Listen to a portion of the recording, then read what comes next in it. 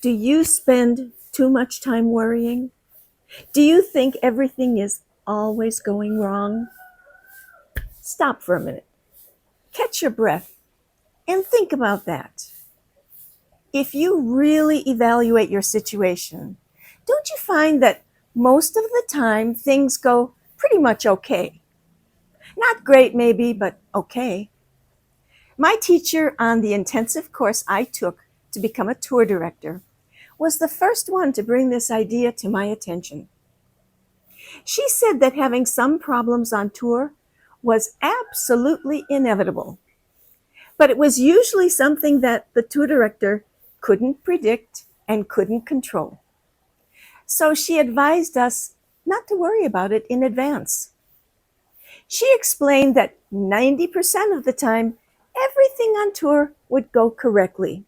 The itinerary, the flights, the schedule, everything. The problems would happen in the remaining 10%. Like the time I had a group on a bus heading to a wonderful winery in France, and the French truck drivers went on strike and blocked all the roads. Nothing I could have predicted, and nothing I could have done to avoid the problem. But I had to find a solution, and I did. I liked her idea about 90% versus 10%.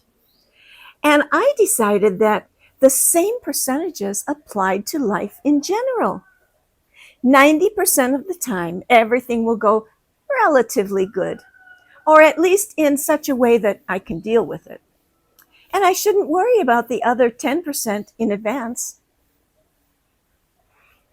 Hi, I'm Kate.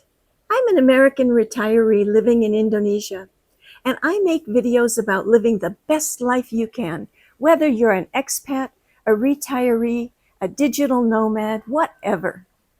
Welcome to my YouTube channel, KateGypsy. So I call this the 90% principle. And once you truly get it, you can change the way you live your life. The trick is to always keep in mind, 90% of the time, things go right, or relatively right. Not perfect, not magical, not Instagram worthy, but fine.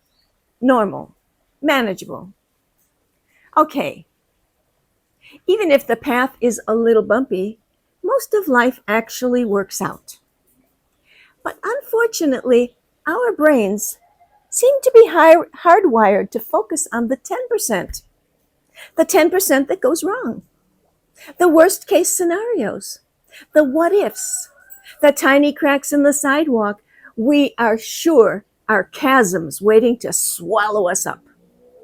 We stress, we plan, we rehearse imaginary conversations, we prepare for disasters that never happen.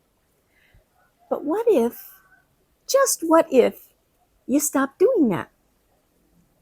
What if you really believed that 90% of life is going to be okay? And only 10% is where the real curveballs live. And even then, you'll deal with that 10% when it shows up instead of worrying about it in advance. Because here's the secret. You're stronger than you think. And the 10% is rarely as bad as it feels in your head. Life usually works out, even though it's often messy. Think back over the past year. How many things did you worry about that never actually turned into problems? How many times did you think, this is going to be a disaster, but it turned out to be okay? Or maybe even better than okay. You missed a flight, but caught the next one. You said the wrong thing in a meeting, but nobody noticed. You ran out of money before payday, but somehow you made it anyway. That's the 90%. It doesn't mean that everything goes perfectly, but it does mean you get through it. You adapt, you deal with life, and you bounce back. If you can learn to trust that most of the time things will be okay, you can free up an enormous amount of mental and emotional energy. Energy that's usually wasted on the 10%. So then why do we obsess over that unpredictable 10%? Well, to be fair, there is a reason we do this. I'm not a doctor or a scientist, but in my humble opinion, it seems that our brains are wired for survival. We have evolved to scan for danger, to anticipate risk, and to protect ourselves from potential harm. That instinct served us very well when threats were all around us, like fierce animals in the jungle.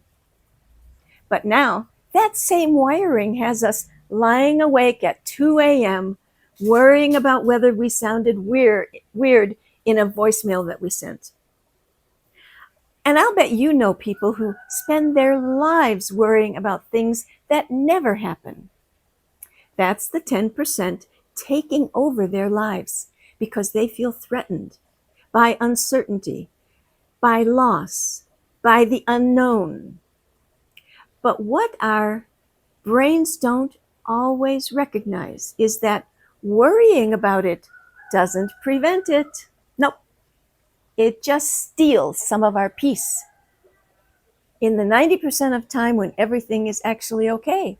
Don't give up any of that time. Can you let go of the 10%? Imagine starting your day with a positive attitude instead of immediately thinking, oh, what if I mess this up? What if something bad happens? If you don't start your day with those fears, you walk into situations with more ease. You're more present in the moment. You're less defensive. And ironically, you're more prepared for that 10% when it does show up because you're not already exhausted from worrying about it. It doesn't mean you're naive or unprepared. It just means you've stopped giving fear and anxiety the driver's seat. Let's look at this in action in some common situations. Let's say you're going to travel. You book a trip overseas. Right away, your mind starts running through all the possibilities. What if you lose your passport? What if the hotel messes up your reservation? What if you get sick? But you go, and 90% of it is great. Maybe your hotel room wasn't ready on time. Maybe you got lost in a new city, but you laugh about that later.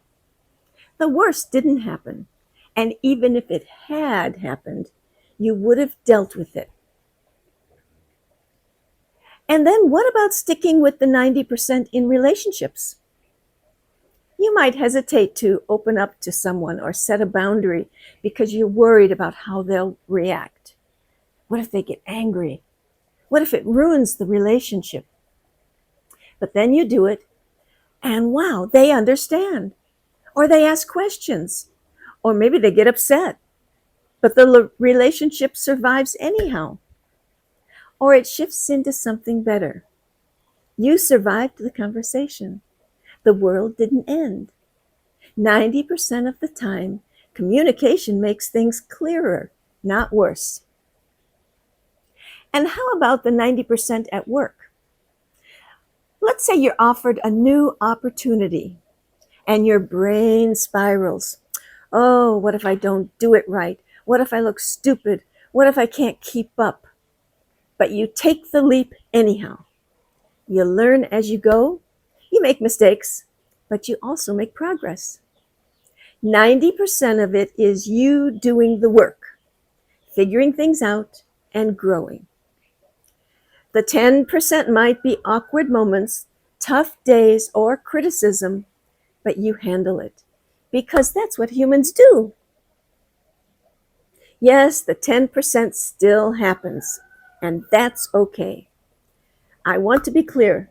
This isn't about pretending that the hard stuff doesn't exist. It does. Sometimes flights do get canceled. Sometimes jobs do fall through. Sometimes people do let us down.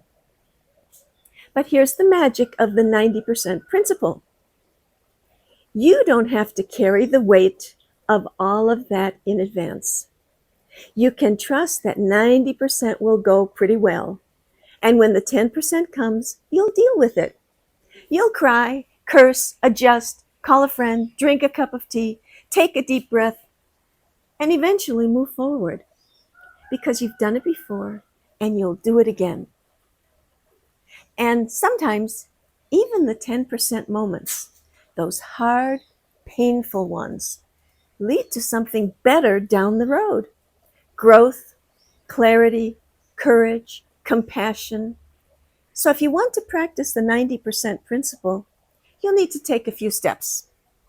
First, notice the worry spiral.